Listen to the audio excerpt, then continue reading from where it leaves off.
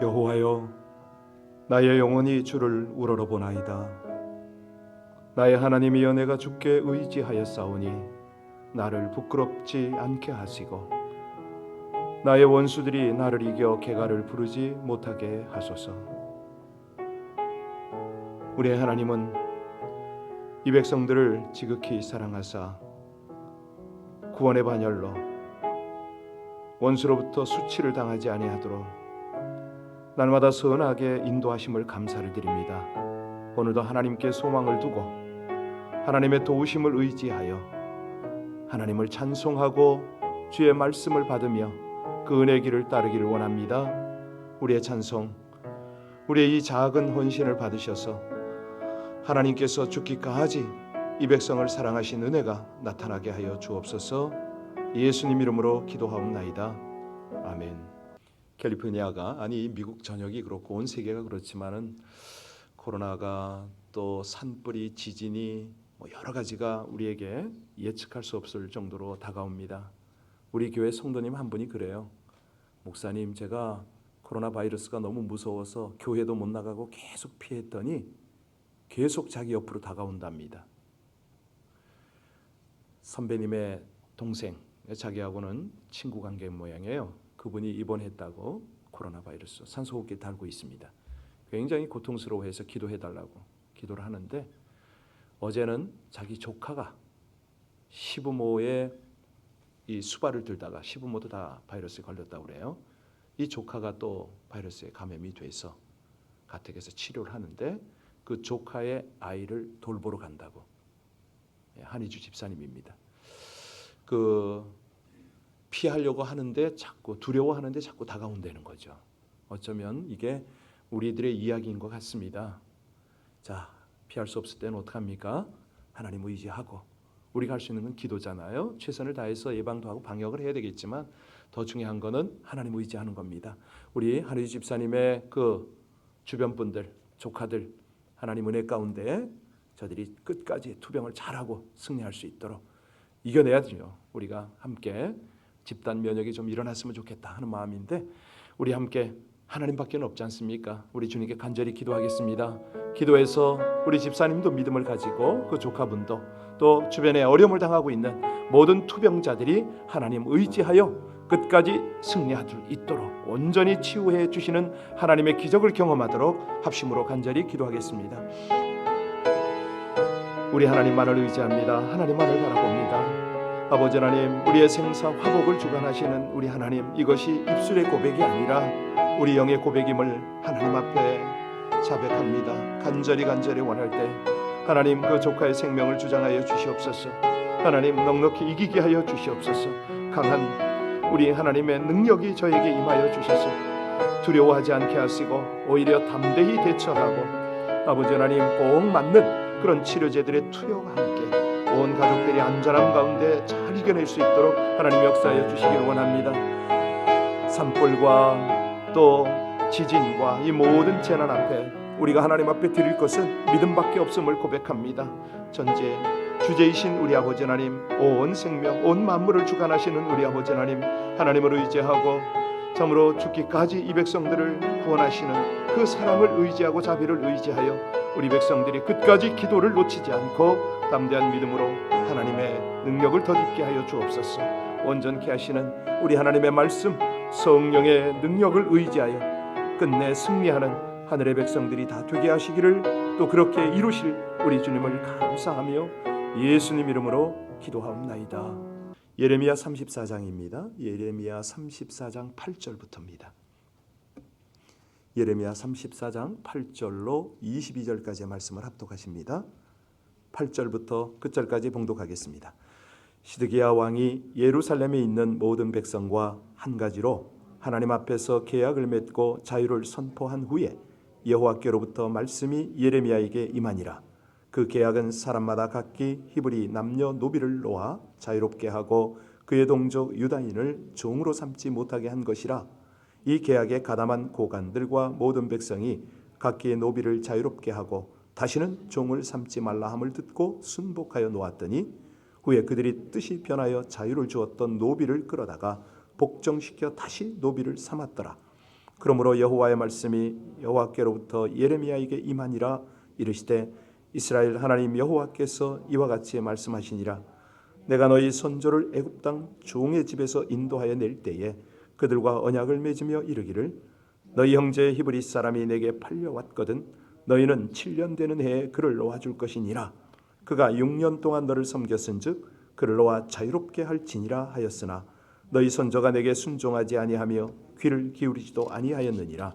그러나 너희는 이제 돌이켜 내 눈앞에 바른 일을 행하여 각기 유대에게 자유를 선포하되 내 이름으로 일컬음을 받는 집에서 내 앞에서 계약을 맺었거늘 너희가 돌이켜 내 이름을 더럽히고 각기 너와 그들의 마음대로 자유롭게 하였던 노비를 끌어다가 다시 너희에게 복종시켜 너희의 노비를 삼았도다. 그러므로 여호와께서 이와 같이 말씀하시니라. 너희가 나에게 순종하지 아니하고 각기 형제와 이웃에게 자유를 선포한 것을 실행하지 아니하였은즉 내가 너희를 대적하여 칼과 전염병과 기근에게 자유를 주리라. 여호와의 말씀이니라.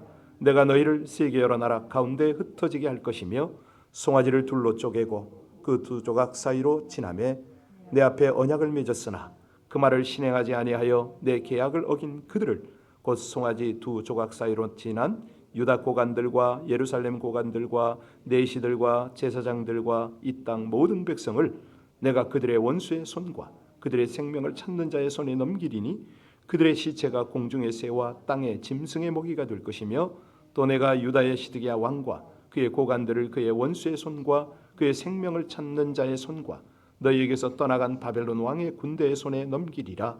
여호와의 말씀이니라. 보라 내가 그들에게 명령하여 이 성읍에 다시 오게 하리니 그들이 이 성을 쳐서 빼앗아 불살을 것이라.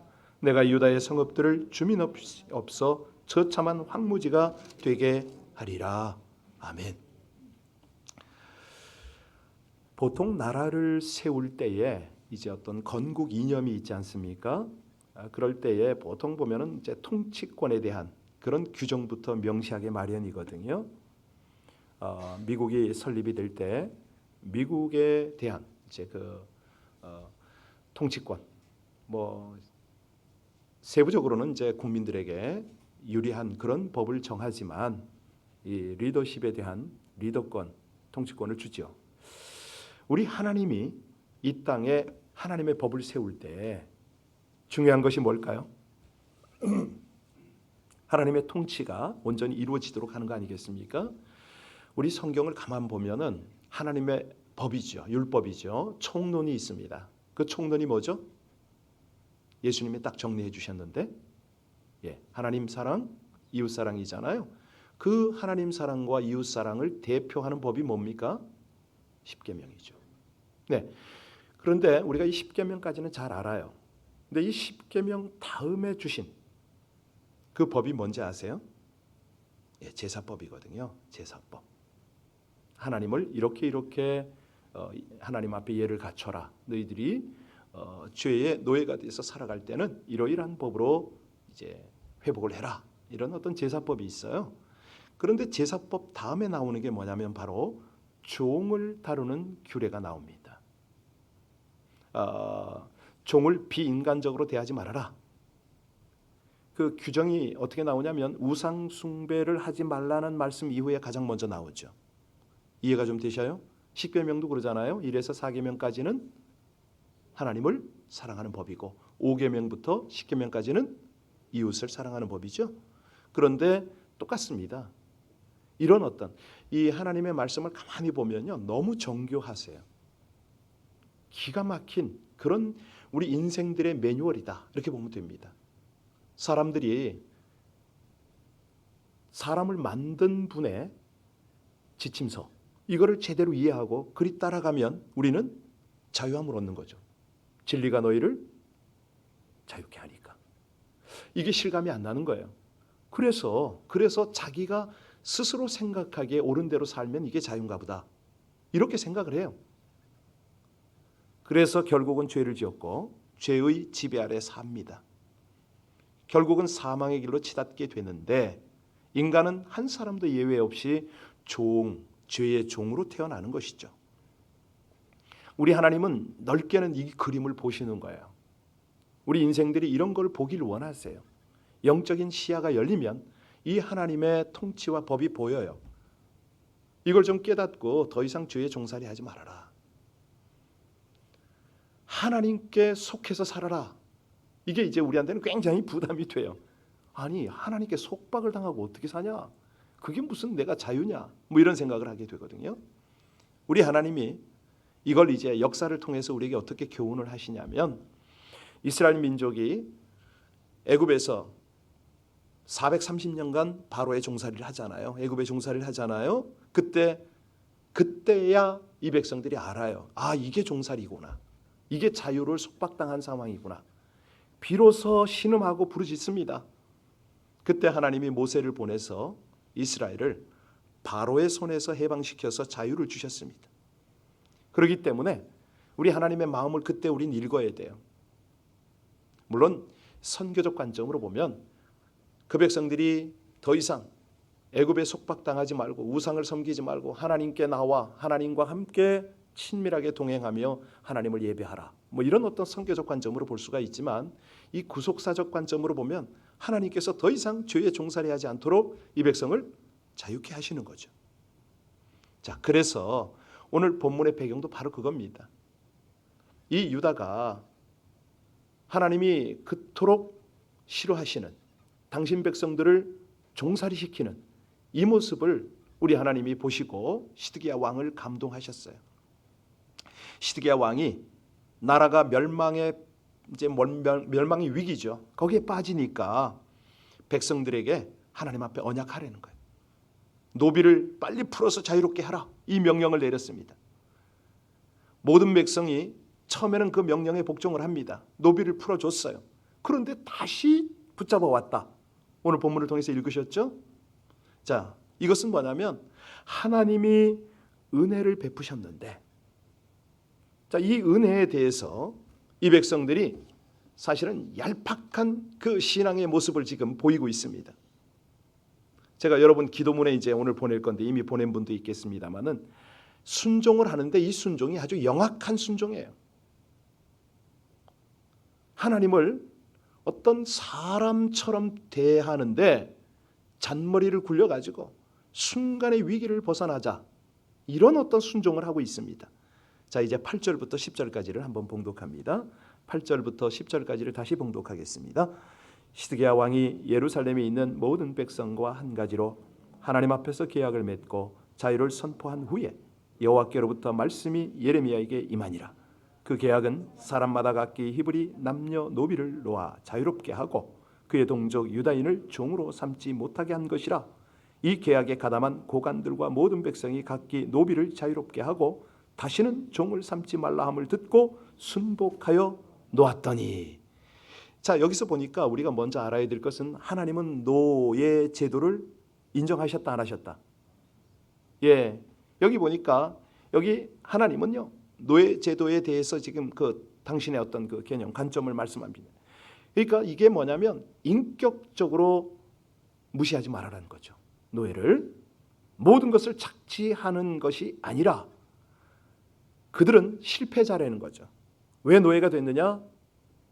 뭐 경제가 됐던 삶이 됐던 자기가 경영하는 것들에 실패를 하는 바람에 뭐 그 조상이 될 수도 있죠. 여하튼간에 실패자기 때문에 노예 생활을 하지만 그들에게는 자립의 기회가 필요하다, 이 말씀입니다.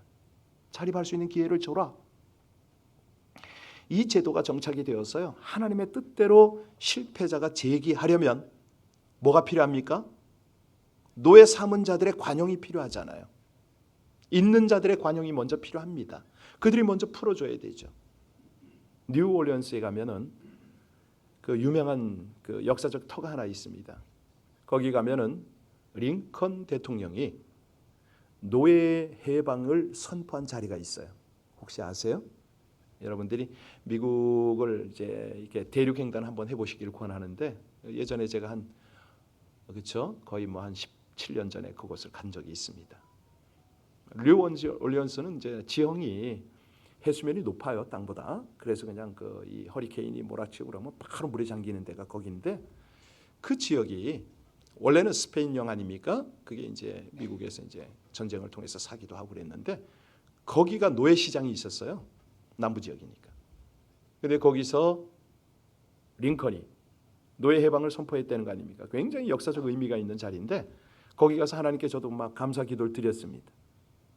하나님은요, 성경 곳곳에 예를 들어서 출애굽기 21장 2절에 보면 네가 히브리 종을 사면 그가 6년 동안 섬길 것이요 제7년에는 값없이 나가 자유케 해라. 이게 이제 하나님의 말씀인데 링컨이 미국이 바로 그 제도를 그대로 순종한 거 아닙니까? 신명기 15장에 보면 그런 말씀이 있어요. 내 동족 히브리 남자나 히브리 여자가 내게 팔렸다 하자. 만일 6년을 너를 섬겼거든 제7년에 너는 그를 놓아 자유하게 할 것이요 그를 놓아 자유하게 할 때는 공수로 빈손으로 가지 말게 하고 내 양무리 중에서 타작마당새와 포도주 틀에서 그에게 후히 주라. 내 하나님 여호와가 너에게 복 주신 대로 너도 그에게 줄지니라. 너는 애굽 땅에서 종 되었던 것과 내 하나님 여호와께서 너를 속하였음을 기억하라. 그로 인하여 내가 오늘날 이같이 내게 명하노라. 깨달으셨죠? 이스라엘 백성들이 먼저 종살이를 하게 경험하게 하신 거죠. 그리고 이 노예 제도는 이런 것이다. 그런데 레위기 25장에는 그런 말씀이 있어요. 내 동족이 비난하게 되어 내게 몸이 팔렸거든 너는 그를 종으로 부르지 말고 품꾼이나 우거하는 자와 같이 너와 함께 있게 하여 희년까지 너를 섬기게 하라. 참 이런 것들이요, 우리 하나님의 법이 이제 그 노예 제도가 한참일 때 이런 것들이 많이 그대로 말씀대로 응했거든요. 가령 그런 겁니다. 이 노예들이 팔릴 때는 경매가 붙었다고 그러죠. 어떤 한 신사가 가다가 아주 그냥 예쁘장하게 생긴 흑인 소녀가 경매에 붙으니까 지나가지 못하고 눈을 떼지 못했던 거예요. 10불, 100불 막 올라갔는데 나중에 이 신사가 최고가에 낙찰을 했어요. 그리고 그 흑인 자매를 불러다가 이제 너는 자유의 몸이다. 가라. 내가 널 샀으니 너는 자유다. 하고 보냈어요. 근데 이 자매가 어찌합니까? 자기는 그럴 수가 없다는 거야. 갈 데도 없고 나를 사신, 나를 자유케 한 당신에게 가서 봉사하고 싶다고. 날 좀 데려가 달라고. 이런 예화 들으셨나요? 예, 있습니다. 이게 이제 하나님의 어떤 그 참 통치 원리기도 한데요. 자, 그래서 오늘 본문을 보면은 시드기야가 순간 깨달았겠죠. 자기의 잘못, 이 유다 나라의 잘못을 회개하는 뜻으로 노예 해방을 선언하고 지도급 인사 모든 백성들이 동참을 했어요. 그런데 문제가 11절 아닙니까? 무슨 일이 벌어집니까? 순간이 지나고 나니까 11절 같이 읽겠습니다. 후에 그들의 뜻이 변하여 자유를 주었던 노비를 다시 끌어다가 어떻게 해요? 노비로 삼았더라. 이게 참 얼마나 참 이게 말이 됩니까? 이때 상황은 어떤 상황이냐면요. 어제 말씀드렸죠. 예루살렘 성을 포위하고 있던 바벨론 군대가 잠시 철수했다고 그랬잖아요. 왜 철수했다고 그랬습니까? 바벨론에 애굽이 쳐들어와서 그거 막으러 잠시 나갔던 거예요. 그런데 우리가 풀어줬더니 하나님께서 바벨론 군대를 물리치셨네. 착각을 한 거죠. 그래서 저는 아까 순종도 영악한 순종이라고 그랬잖아요. 바벨론 군대가 물러가자마자 바로 노비를 끌어들인 거예요. 지금 이게 며칠 사이에 이런 일이 벌어진 겁니다. 사실 자기들이 원하는 것을 얻었다는 듯이 해방된 노예를 다시 잡아들여 종으로 삼았다. 여러분, 이건 무슨 뜻입니까? 잠시 후에 그들은 생명을 잃을 겁니다. 자기들이 포로로 종으로 끌려갈 거예요. 그런데 물질적 손해는 절대 감수하지 못하겠다는 욕심 때문에 이런 거 아닙니까? 이건 뭐예요? 하나님을 조롱하는 행위입니다. 여러분이 만약에 하나님이라면 정말 눈앞에 이렇게 행동하는 얍삽하게 행동하는 이 백성들을 여러분 어찌 대하겠습니까? 그들은 그냥 위기만 넘기면 된다. 이런 심사로 행동을 하고 있는데 바로 이것이 심판의 사유입니다. 이제 12절부터 16절까지를 같이 봉독합니다. 12절부터 16절까지요. 그러므로 여호와의 말씀이 여호와께로부터 예레미야에게 임하니라. 이르시되 이스라엘 하나님 여호와께서 이와 같이 말씀하시니라. 내가 너희 선조를 애굽 땅 종의 집에서 인도하여 낼 때에 그들과 언약을 맺으며 이르기를 너희 형제 히브리 사람이 내게 팔려왔거든 너희는 7년 되는 해에 그를 놓아줄 것이니라. 그가 6년 동안 너를 섬겼은즉 그를 놓아 자유롭게 할지니라 하였으나 너희 순종하지 아니하며 귀를 기울이지도 아니하였느니라. 그러나 너희는 이제 돌이켜 내 눈앞에 바른 일을 행하여 이웃에게 자유를 선포하되 내 이름으로 일컬음을 받는 집에서 내 앞에서 계약을 맺었거늘 너희가 돌이켜 내 이름을 더럽히고 각기 놓아 너희의 마음대로 자유롭게 하였던 노비를 끌어다가 다시 너희에게 복종시켜 너희의 노비로 우리가 이 율법을 잘 알잖아요. 종이라 해도 안식년에는 놓아주는 겁니다. 그런데 이 사람들이 왜 이렇게 다시 종으로 잡아들였다고요? 탐욕 때문에. 아니 자진해서 순종하는 것은 하나님을 기쁘시게 하는 거죠. 그런데 그것은 그들의 본심이 아니었다. 하나님이 그걸 보신 거예요. 중심을 보시는 거예요. 너희들이 두려워서 하나님이 두려워서 순간 명에 순종한 것 아니냐 이거죠. 다시 말하면 정확하게 말하면 하나님을 속이려 한 행위다. 그 행위는 심판을 받아야 마땅하다. 바로 그 내용이었거든요. 자, 17절 보시기 바랍니다. 우리 하나님이 뭐라고 선언하시는가? 17절 같이 읽습니다. 그러므로 여호와께서 이와 같이 말씀하시니라. 너희가 나에게 순종하지 아니하고 각기 형제와 이웃에게 자유를 선포한 것을 실행하지 아니하였은즉 내가 너희를 대적하여 칼과 전염병과 기근에게 자유를 주리라. 여호와의 말씀이니라. 내가 너희를 세계 여러 나라 가운데. 여러분 이게 참 엄청난 메시지 아니에요? 그러니까 다시 말하면 여기 칼과 전염병과 기근은 누가 묻고 있어요?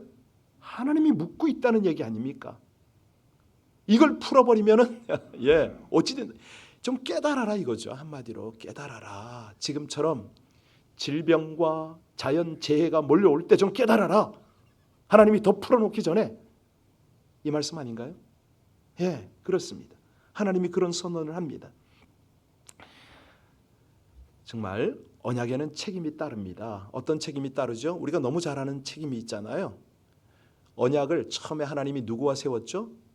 아브라함과 세울 때 어떤 일이 있었습니까? 언약을 그 짐승을 쪼개 놓잖아요. 그 쪼개 놓고 그 사이로 하나님의 불이 지나갑니다. 왜? 언약 어기면 이것처럼 태우리라 이 말씀이거든요. 완전히 불살라 버리겠다. 그런 언약을 우리가 알아요. 구체적으로 말씀드리면은 18절에서 20절입니다. 같이 읽겠습니다. 18절에서 20절 말씀을 읽어야 우리 것이 되니까요. 같이 읽습니다. 송아지를 둘로 쪼개고 그 두 조각 사이로 지나매 내 앞에 언약을 맺었으나 그 말을 실행하지 아니하여 내 계약을 어긴 그들을 곧 송아지 두 조각 사이로 지난 유다 고관들과 예루살렘 고관들과 내시들과 제사장들과 이 땅 모든 백성을 내가 그들의 원수의 손과 그들의 생명을 찾는 자의 손에 넘기리니 그들의 시체가 공중의 새와 땅의 짐승의 먹이가 될 것이며. 이 아브람과 하나님 언약을 맺으면서 짐승 쪼갠 그 사건 우리는 압니다. 그죠? 창세기 15장에 나오는데요. 해가 져서 어두울 때 연기 나는 풀무가 보이며 타는 횃불이 쪼갠 고기 사이로 지나더라. 이 말씀 아시죠? 그러니까 네가 언약을 지키지 않으면 이 재물과 같은 일이 너에게 일어난다. 이런 약속을 하셨잖아요. 다시 말하면 시드기야 왕과 고관들과 백성들이 노예를 석방하지 않았기 때문에 너도 노예로 그렇죠. 이게 하나님의 철입니다. 그 내용이 21절과 22절에 나오잖아요. 바벨론의 재침공이죠. 여러분 악하고 게으르고 거기다가 어리석기까지 한 예루살렘의 지도자들에게 하나님이 재앙을 선포합니다. 보통 전쟁을 앞둔 상황에서는 노예를 풀어주어서 함께 전열을 다듬잖아요. 야, 함께 싸우자. 우리가 적국을 이겨내야 된다. 뭐 이래야 되는데 이 동족을 잠깐 풀어줬다가 또 삼으니 이 노예들의 심정은 어떻겠어요? 이것들 봐라. 이렇게 되겠죠. 전쟁해봐라. 너희들이 포로로 끌려가봐라. 내가 눈이나 깜빡하나. 이렇게 되겠죠? 그렇습니다. 이런 상황을 통해서 하나님께서 우리에게 주시는 메시지는 뭡니까? 너희가 죄의 종으로 살면, 그죠? 욕심의 노예로 살면 끝까지 네 인생은 노예다, 이 말씀 아닌가요? 하나님께 속해라 이거죠. 하나님의 법이 너를 묶어내는 것 같지만 절대 아니라는 거예요. 너를 자유케 한다는 거예요. 양심도 자유케 하고 몸도 영혼도 자유케 한다. 믿으세요? 그렇죠. 거짓말 안 하면 자유하잖아요. 우상 안 섬기면 자유하잖아요. 네. 그저 하나님이 하라는 대로 하면은 우리 양심은 자유합니다. 사망 권세로부터, 죄로부터 자유를 얻게 하기 위해서 예수님이 속박을 당하고 예수님이 십자가를, 죄를 다 짊어지고 돌아가셨잖아요. 그걸 우리 믿잖아요. 그러니까 그분 안에 속하면, 예수께서 뭐라고 그러셨습니까? 내가 곧 길 따라가면 진리를 알고 진리를 알면 자유를 얻는 겁니다. 참 생명을 누리는 거죠. 기도하시겠습니다. 참 자유를 누리도록 죄와 사망으로부터 대속과 구원을 베푸신 하나님의 은혜를 감사하며 찬양드립니다. 위기의 상황에서는 자신의 이익을 쫓는 신앙, 영악한 순종으로 스스로를 속박한 것을 고백하고 회개합니다. 그리스도 안에서 베푸신 자유를 바로 알고 그 자유를 누릴 수 있는 지혜를 더하여 주시옵소서. 보잘것없는 인생에게 허락하신 하나님의 말씀을 잘 듣고 깨달아 지킴으로 이웃과 공동체를 복되게 하고 함께 참 자유를 누릴 수 있게 하여 주시옵소서. 우리에게 자유를 베푸시려 죽기까지 고난당하신 주의 사랑을 잊지 않고 하나님의 진리를 따름으로 하나님과 이웃을 사랑하며 참 자유를 누리게 하여 주시옵소서. 예수님 이름으로 기도하옵나이다. 아멘.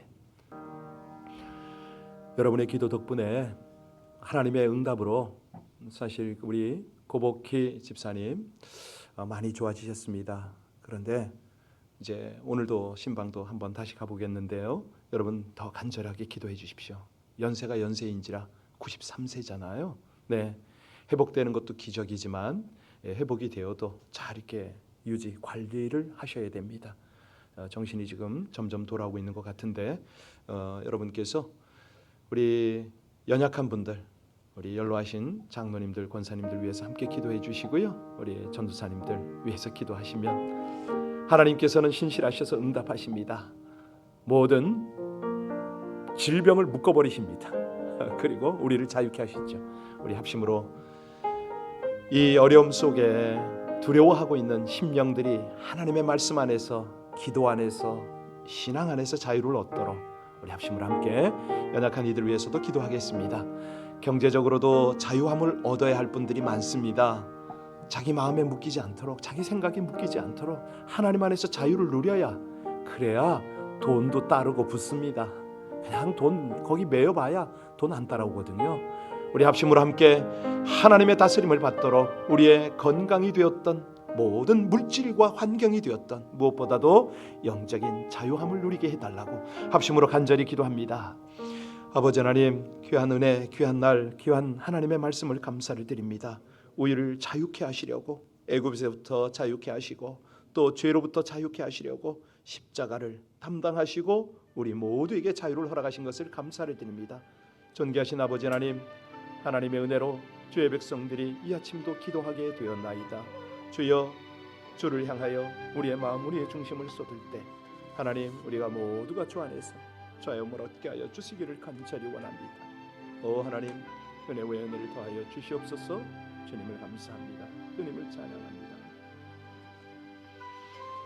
하나님, 모든 주의 백성들 이 아침에 하나님이 주실 자유, 아버지 하나님의 은혜, 하나님의 도우심, 하나님의 역사를 간절히 사모하며 기도하다가 주의 큰 은혜, 큰 사랑, 큰 능력을 덧입게 하여 주시옵소서. 주님을 감사합니다. 주님을 찬양합니다. 영원하신 아버지 하나님의 은혜, 하나님의 은혜, 하나님의 충만한 역사가 함께 하심을 감사드립니다.